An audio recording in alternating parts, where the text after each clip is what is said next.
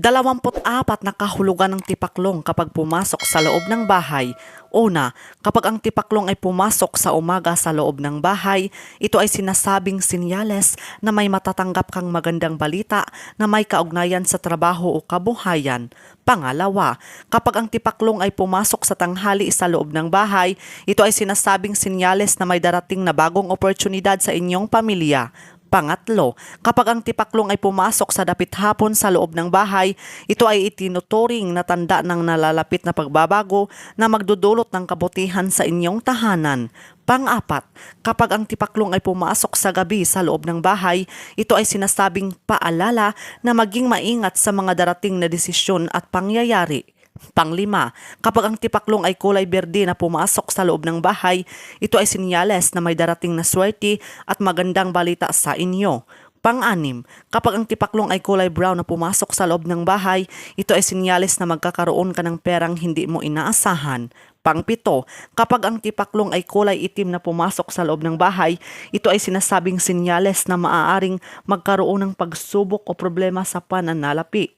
Pangwalo, kapag ang tipaklong ay dumapo sa kamay mo, ito ay sinasabing tanda na may darating na pagkakataon na magdadala ng tagumpay o dagdag na kabuhayan.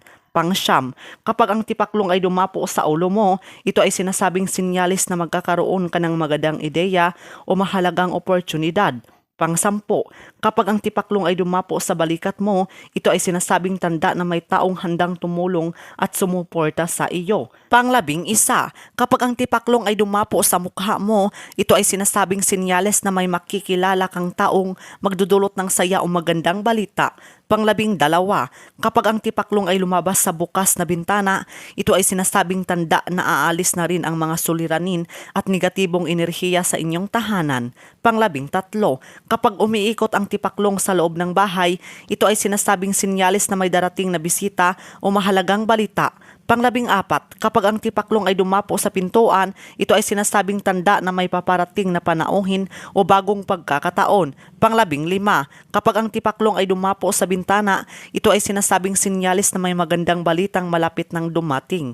Pang-16, kapag ang tipaklong ay dumapo sa halaman sa loob ng bahay, ito ay sinasabing tanda ng pag-unlad ng kasaganaan at maayos na kalagayan ng pamilya. Pang-17, kapag ang tipaklong ay pumasok at agad lumabas ng bahay, ito ay sinasabing sinyalis na may mabilis na magandang balitang darating at lilipas din ang anumang alalahanin. Pang-18, kapag ang tipaklong ay dumapo sa kurtina, ito ay sinasabing tanda na may mga pagbabagong mangyayari na magdadala ng bagong simula.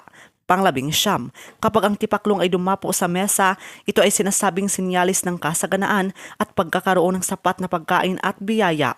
20, kapag ang tipaklong ay dumapo sa kisame, ito ay sinasabing tanda na may matagal ng hinihiling na maaaring matupad sa tamang panahon. 21, kapag ang tipaklong ay dumapo sa pinto ng silid, ito ay sinasabing sinyalis na may bagong oportunidad o pagbabago na may kaugnayan sa isang miyembro ng pamilya. 22, kapag ang tipaklong ay dumapo sa ilaw, ito ay sinasabing tanda na magkakaroon ng kaliwanagan sa isang problemang matagal nang iniisip.